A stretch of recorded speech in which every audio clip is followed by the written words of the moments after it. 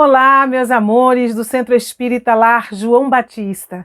É sempre um prazer estar aqui com vocês, para juntos conversarmos sobre o Mestre, sobre o Evangelho do Cristo, para aprendermos caminhos novos para a nossa existência. E assim, antes de começar, vamos fazer aquilo que é imprescindível e fundamental. Vamos orar. Vamos pedir a Deus que nos guarde, que nos abençoe, que nos guie nesta hora tão boa, nesta hora tão santa. E digamos juntos, a um só pensamento, num rogo de misericórdia para o nosso planeta. Pai nosso que estás nos céus, santificado seja o vosso santo nome. Venha a nós o vosso reino, seja feita a vossa vontade, assim na terra como nos céus. O pão nosso de cada dia, Senhor, dai-nos hoje e sempre. Perdoa as nossas dívidas, à medida que soubermos perdoar àqueles que nos tenham ofendido. Não nos deixes, meu Pai, cairmos em novas tentações, mas livra-nos, meu Senhor, de todo mal, que seja assim, para todo sempre. Que Deus nos abençoe, que Jesus nos auxilie nesta conversa que teremos hoje. Falar de Jesus, falar do seu Evangelho e trazer para a nossa existência o entendimento das coisas que nós precisamos fazer, da realidade que nós precisamos encarar e aceitar, para que, dentro dessa aceitação, nós saiamos de uma ilusão construída. Esta mensagem contida no livro de Emmanuel, que tem o título da nossa conversa de hoje, Segue-me. Emmanuel tem uma mensagem neste livro muito interessante sobre essa questão do segue-me. Este seguir a Jesus, esta busca do entendimento, esta busca da aceitação. Emmanuel, como um espírito que vê sempre adiante, até mesmo porque a sua experiência de vida lhe concedeu esta condição. Ele bem sabe o que teve que vencer em si mesmo, as lutas que ele precisou travar para crescer como espírito. E entendeu no fundo da alma o significado da frase seguir ao Cristo de Deus. Porque ele passou por todas as provas, por todas as lutas, e não foram apenas as lutas externas. As maiores lutas de Emmanuel, nós podemos dizer que foram internas, como deve ser também as nossas lutas. As maiores lutas são internas, para vencermos a nós mesmos, para crescermos em entendimento, para sermos seletivos e acertarmos de fato naquilo que nos prejudica e naquilo que nos faz bem. Acertar de uma forma ampla para deixar para trás aquilo que não serve mais. Por isso o entendimento que é preciso despir o homem velho para vestir o homem novo. E esse despir o homem velho não significa unicamente as coisas externas a que nós nos afeiçoamos e fazemos. Não significa estar numa casa espírita e trabalhar loucamente. Não significa apenas dar alimento a quem tem fome e roupa a quem precisa de vestes. É um conjunto, porque é preciso despir as roupas velhas internas dos sentimentos, porque quando nós despimos esta roupa velha, este homem velho interno, é que nós ganhamos a condição de fazermos todas as coisas externas com seriedade e acerto, com responsabilidade e compromisso, mas compromisso espiritual. E é isso que Emmanuel vem tratar conosco. porque ele fala dos discípulos que cada um foi chamado a seu tempo, cada um a seu tempo. E é interessante que na abertura ele diz assim: segue-me, e ele o seguiu. E há um trechozinho de Marcos 2,14 que diz assim: e passando viu Levi, filho de Alfeu, e disse-lhe: segue-me. E levantando-se, o seguiu. Pense, Jesus passa, olha para Levi, um de seus discípulos, e diz: segue-me. E ele simplesmente levanta e segue. Ainda não conhecia Jesus como nós conhecemos. Hoje nós temos um evangelho que nos fala do Cristo, que nos traz todas as lições, todas as suas pregações. E aqueles discípulos o seguiram e foram aprendendo a cada encontro, a cada reunião, a cada evangelho no lar na casa de Pedro. Evangelho esse que muitas vezes eram feitos todos os dias, com conversas engrandecedoras. Então nós observamos como nós precisamos aprender ainda a estudar a palavra, como nós precisamos ainda questionar a nós mesmos sobre o que nós queremos para a nossa existência enquanto espíritas. E não é Rita Lelê, não é Eliana Aquino quem diz isso.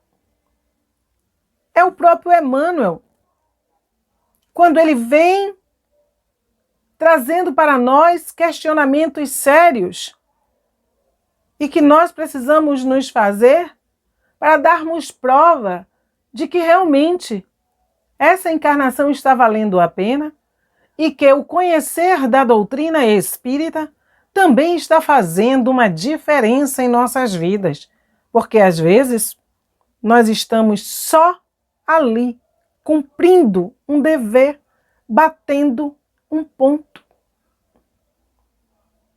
E olha o que ele diz aqui. Já no finalzinho, porque ele vem dizendo, né, dos apóstolos, dos discípulos que deixaram as redes, deixaram tudo para seguir o Cristo, e essa caminhada assim foi feita. E ele diz, o interessante, que vale a pena a gente ler e a gente comentar, porque conversar do Evangelho é um estudo que deve ser feito, analisado, discutido, para que nós possamos calmamente entendermos e tomarmos coragem. Porque nós precisamos, meus irmãos, tomarmos coragem para viver o que é preciso, porque o mundo está aí, nos mostrando quantas coisas estão acontecendo todos os dias, todas as horas. E nós precisamos firmar o nosso posicionamento para que não nos deixemos enganar e saiamos seguindo caminhos outros que são vantajosos aos olhos do mundo, mas que ainda nos prende à matéria e nos afasta da conexão com o alto. Olhemos que não se está pedindo santidade, nenhuma perfeição excessiva. Está se pedindo apenas que se cumpra aquilo que é correto e que nós já temos condições de fazer. E ele diz assim, olha, é interessante notar que por todos os recantos onde Jesus deixou o sinal de sua passagem breve, houve sempre grande movimentação no que se refere ao ato de levantar e seguir. Ora, Emmanuel aqui está nos conduzindo a lembranças de quantas pessoas encontraram Jesus pelo caminho e o seguiram, mudaram as suas vidas, até mesmo depois da sua partida. Apenas a pregação também modificou a vida de muita gente, a pregação dos discípulos. E nós vemos aqui que Emmanuel, ele fala com muita clareza. A passagem de Jesus foi breve. Com muitas pessoas ele se encontrou. Mas quantas? Quantas resolveram segui-lo? E nós vamos encontrar Zaqueu, Madalena, a mulher que dizem ser a mulher adúltera. Nós vamos encontrar Lázaro, vamos encontrar Verônica, vamos encontrar Joana de Cusa. Meu Deus do céu! Quantos? Para chegar na pergunta para nós. Vamos aqui ouvindo, discernindo, porque vai chegar uma perguntinha para nós. E ele diz: André e Tiago deixam as redes para acompanhar o Salvador. Mateus levanta-se para segui-lo. Os paralíticos que retomam a saúde se erguem e andam. Lázaro atende-lhe o chamamento e levanta-se do sepulcro. Em dolorosas peregrinações e profundos esforços de vontade, olha Paulo de Tarso procura seguir o Mestre Divino. Entre açoites e sofrimentos, porque ele teve realmente o afastamento daqueles que se diziam próximo a ele, que se diziam seus amigos, os companheiros de trabalho. Todos afastaram-se de Paulo e ele, nós sabemos, foi tido até a conta de louco por seguir Jesus, por pensar diferente. E muitas vezes, quando nós pensamos diferente, nós somos criticados, nós somos condenados, nós somos até colocados de lado ou tidos como desequilibrados. Né? Nós somos tidos como desequilibrados. E ele segue dizendo que Paulo, ele seguiu entre açoites e sofrimentos, depois de se haver levantado às portas de Damasco. Então, quando ele se reergueu e diante daquela cegueira de tudo, enfim, que ele veio a rejeição por parte de muitos. E Emmanuel segue: numerosos discípulos do Evangelho, nos tempos apostólicos, acordaram de sua noite de ilusões terrestres, ergueram-se para o serviço da redenção e demandaram os testemunhos santificados no trabalho e no sacrifício. Vejamos que aqui ele fala sobre um tempo ido. Ele diz que todos aqueles que cruzaram o caminho de Jesus, todos aqueles que foram convocados, eles despertaram, eles se levantaram, eles se reergueram e saíram das ilusões porque conseguiram contemplar a vida improdutiva que levavam. Não é porque não trabalhassem.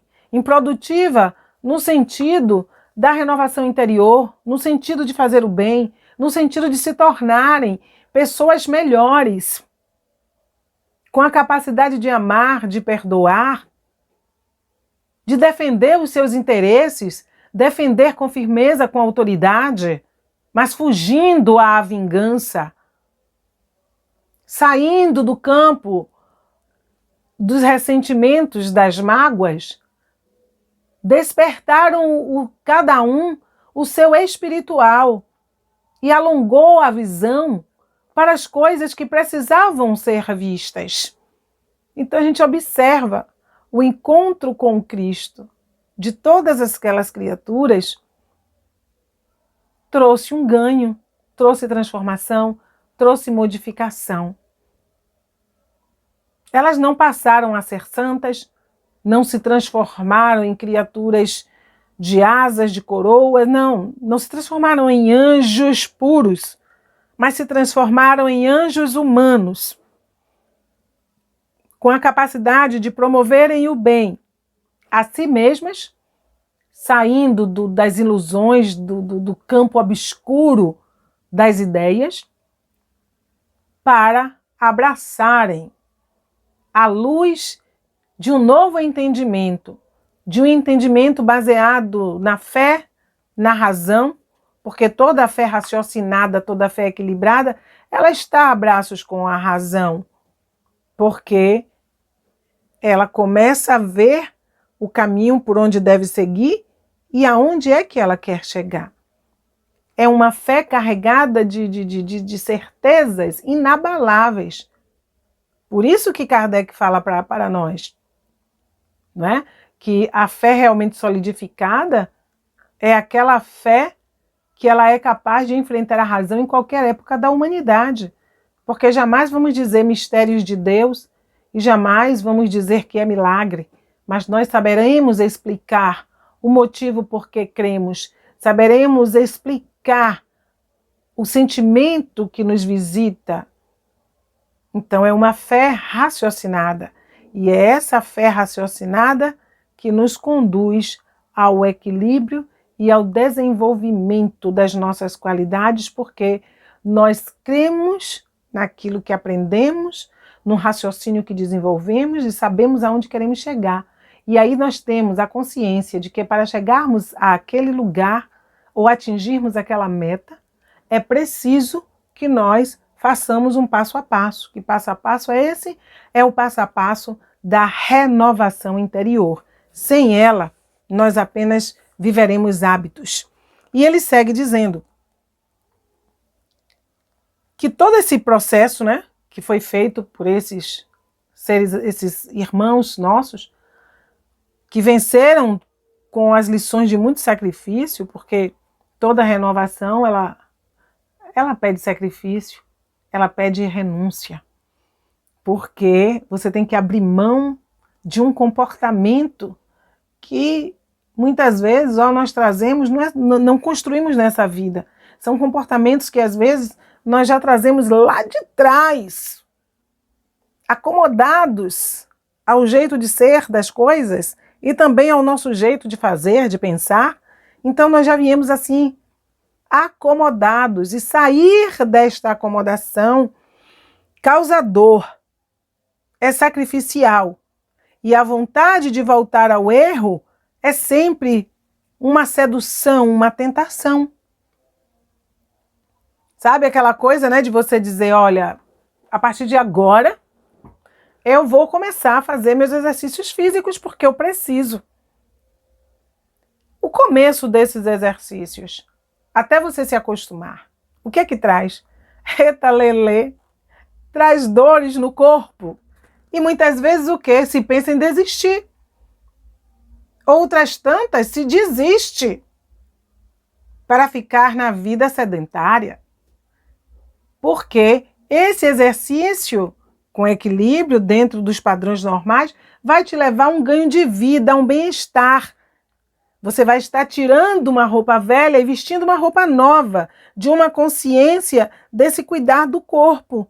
Mas, muitas vezes, aquilo que nós estamos presos nos tira o poder da ação.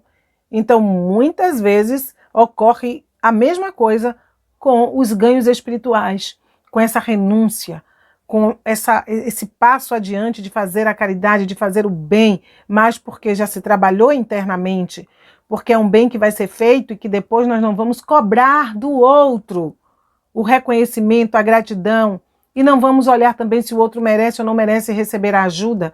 Simplesmente nós vamos perceber que ali há fome, nós precisamos saciar, porque ali há um ser humano. E como filho de Deus, nós não podemos ser torturadores, carrascos, nem desumanos. Olha como muda quando o entendimento do Evangelho, ele chega até nós e ele começa a nos iluminar por dentro. E ele segue dizendo, isto constitui um acervo de lições muito claras ao espírita religioso dos últimos tempos. Olha, aí ele já começa a nos chamar, tá? Ele já vem devagar dizer, olha, isso tudo que eu falei anteriormente deve se constituir num acervo de lições, ou seja, é um livro, tudo que ocorreu ontem, é um livro aonde nós precisamos voltar para estudar, mas estudar para praticar, estudar para dizer, olha, se ele agiu dessa maneira e o ganho foi esse, se eu agir dentro dessa situação que ocorre em minha vida, dessa ou daquela maneira, o ganho será este aqui. Olha como Emmanuel ele vai nos conduzindo. Ele não chama a atenção.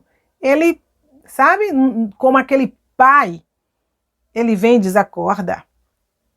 E é o que ele vai fazer aqui nas linhas seguintes. E aí ele diz, deve ser o quê? Um material de estudo. E ele segue dizendo, a maioria dos cristãos, eita lelê, aí já começa a vir a carapuça para todos nós, sendo jogada. E cada um de nós vai fazer, opa, essa é minha, cada um vai pegar a sua, né? E aí nós vamos perceber em que patamar nós nos achamos. A maioria dos cristãos vai adotando em quase todos os seus trabalhos a lei do menor esforço. Eita lelê! Aqui Emmanuel vem falando com propriedade, porque eu, Eliana Aquino, eu não conheço a vida de ninguém. Não sou um espírito com um grau evolutivo X para visualizar isso. Mas a espiritualidade, quando fala, ela fala com conhecimento de causa. Sabe o que está falando e por que está falando. E nós podemos dizer, não, essa parte aí não me cabe, não. De maneira alguma, eu estou na lei do menor esforço. Que nada. Eu vou para o centro todo dia, eu faço caridade, eu exerço a minha faculdade mediúnica, eu isso, eu aquilo, eu faço palestra, eu dou passe. E aí lá vamos nós, né? A gente busca sempre essa autodefesa, é imediato, porque a gente ainda não conseguiu entender que assumir determinadas, não diria nem fraquezas, mas assumir determinados equívocos é necessário para que a gente se reconstrua, para que nós aprendamos de fato o sentido desse levantar e seguir. Observemos isso, né? Então a gente já se defende, a gente já joga para o outro, diz que é o irmão, que é o vizinho, mas a gente não traz para o centro de nossas vidas, muitas vezes, a fala. E é preciso que a gente calmamente faça esse autoanálise. E ele segue dizendo que muitos de nós ficamos nessa lei do menor esforço. Muitos esperam pela visita pessoal de Jesus, no conforto das poltronas acolhedoras. Olha só, muitos esperam a presença de Jesus nas poltronas acolhedoras, exigindo, querendo privilégios e achando que por ter uma vida X e por muitas vezes fazer doações generosas, nós precisamos receber a visita de Jesus. Veja como nós nos equivocamos, não é, meus irmãos? Como nós nos equivocamos. E ele segue dizendo, outros fazem preces por intermédio dos discos.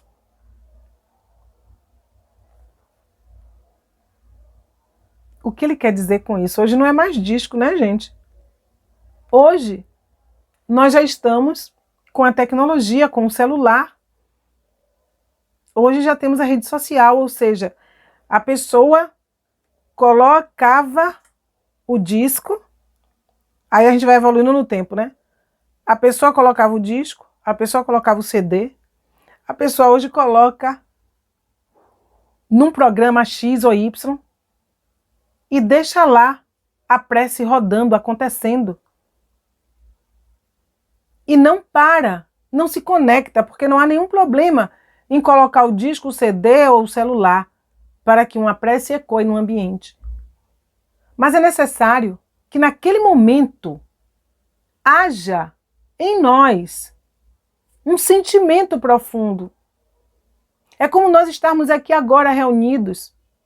Se nós não estivermos conectados, de nada adianta a conversa que estamos tendo. Porque, como diria minha mamãe, entrará por um ouvido e sairá pelo outro. Então ele se refere aqui à questão de sintonia. As preces por intermédios dos discos, dos aparelhos. E nós colocamos lá e achamos que a casa já está toda asepsiada e que as nossas orações já foram feitas. Nós não interagimos, nós não ouvimos aquilo que está sendo dito no fundo da alma. São só palavras que muitas vezes nós não permitimos que nos toque para que nós reflitamos.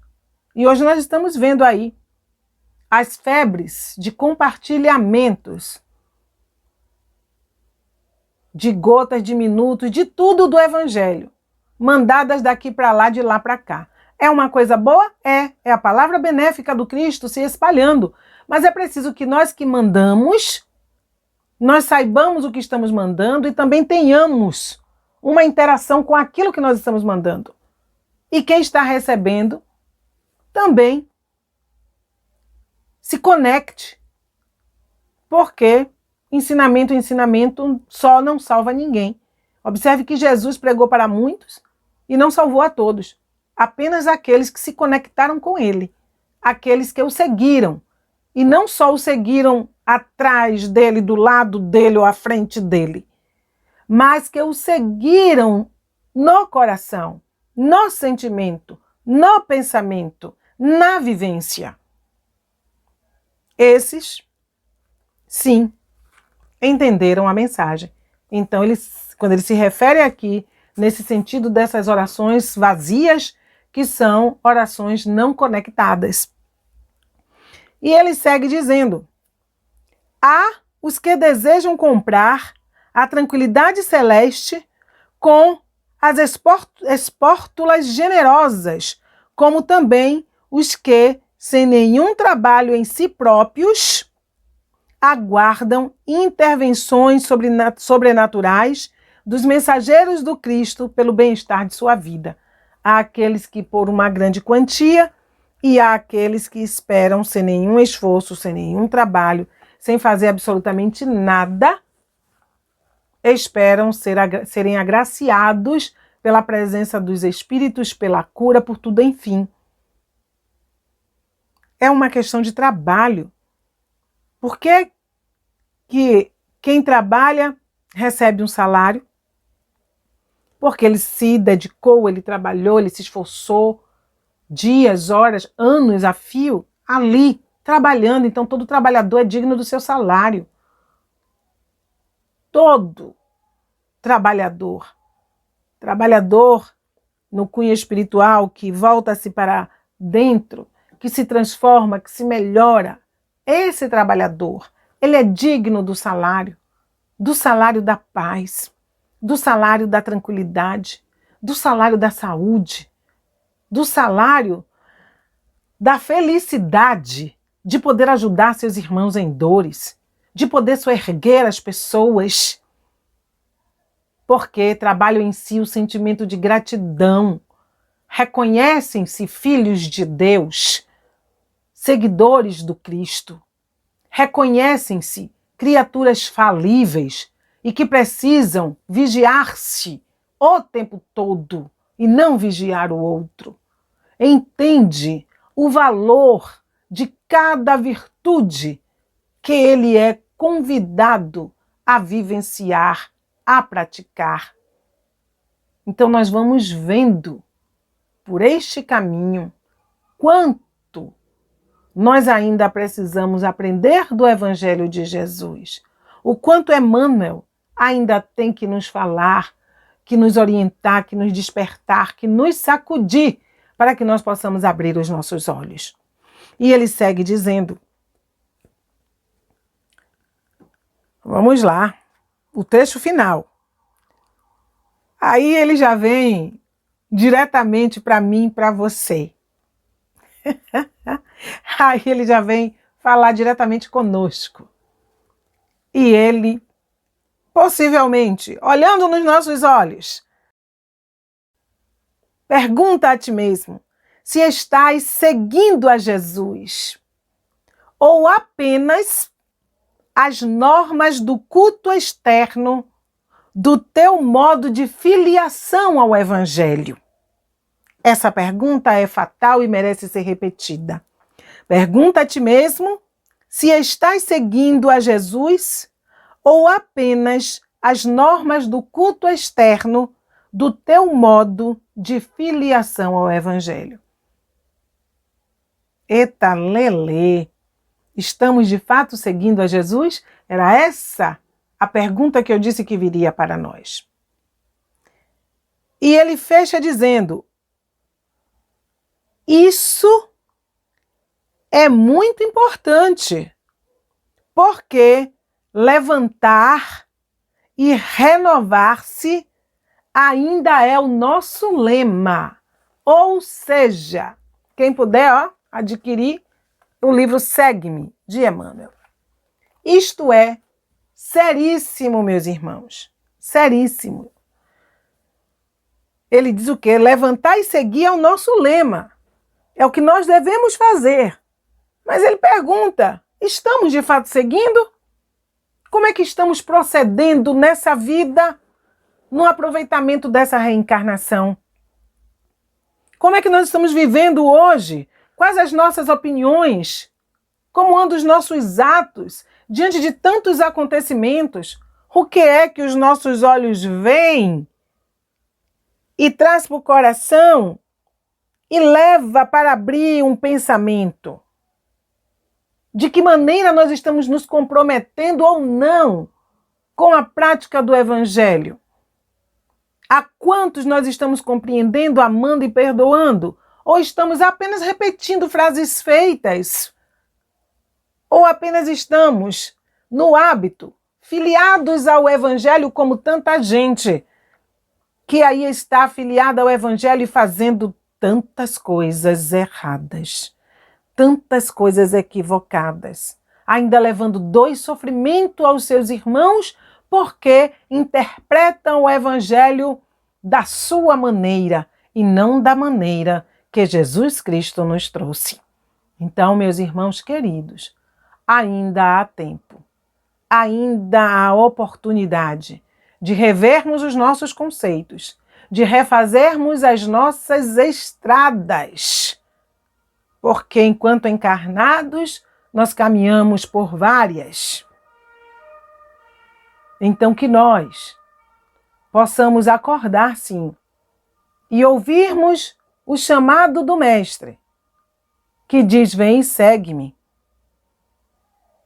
Que nós não sejamos como aquele mancebo rico que disse, mas deixa que primeiro eu satisfaça-me, porque eu tenho uma corrida de bigas, eu ainda sou muito jovem, e na verdade, seguir ao Cristo independe da idade, porque não nos impede de viver, mas nos traz uma forma diferente de pensar e nos dá um caminhar mais leve, onde nós nos libertamos e saímos da autoculpa e aprendemos a desenvolver o autoperdão. E desenvolvendo esse autoperdão, nós aprendemos também a perdoar o outro. E começamos a entender que a cada um segundo as suas obras, que nós não precisamos tomar a vida do outro para viver, nem respirar o ar que o outro respira, sufocando-lhe as escolhas, as opções. Mas nós passamos a entender que cada um há de fazer o seu tempo e que nós precisamos fazer o nosso, como os apóstolos fizeram, como todos aqueles que se levantaram das suas dores, das suas ilusões, despertaram e seguiram o Cristo. Então, meus irmãos, fica o convite nesta manhã tão linda, o convite para que nós levantemos e sigamos o Cristo através da nossa mudança interna, através da nossa visão de mundo, uma visão mais piedosa, mais compreensiva, mais caridosa, para que juntos nós possamos gerar um potencial de energia positivo, bom, que abrace o mundo, para que os corações dos homens sejam tocados pela caridade, pela misericórdia, pela compaixão e piedade. Porque se nós, que conhecemos o Cristo, se nós que praticamos o Evangelho, nos esforçamos para praticar o Evangelho, não formos capazes de desenvolvermos sentimentos nobres, reais, verdadeiros, para auxiliar o planeta, quem haverá de fazê-lo? Quem haverá de fazê-lo? Então, que a nossa prece não seja um hábito que não toca o nosso coração, mas que quando nós nos colocarmos para a oração, que esse encontro com Deus, essa conexão, ela seja verdadeira. Que quando nós rogarmos por alguém, nós roguemos com toda a força do nosso ser.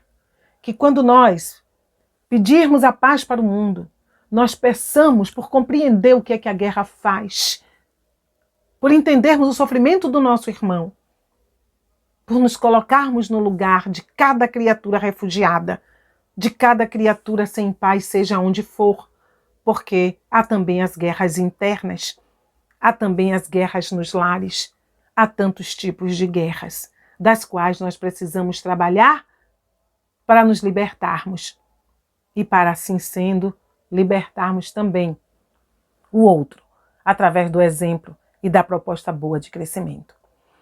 Então, meus irmãos, nós encerramos o trabalho da manhã de hoje. Estamos tão acostumados, né, com a noite, que quando é manhã, o nosso trabalho da manhã de hoje, desejando paz para todos vocês, pedindo ao Mestre que ampare a todos nós num abraço bom, num abraço de despertamento.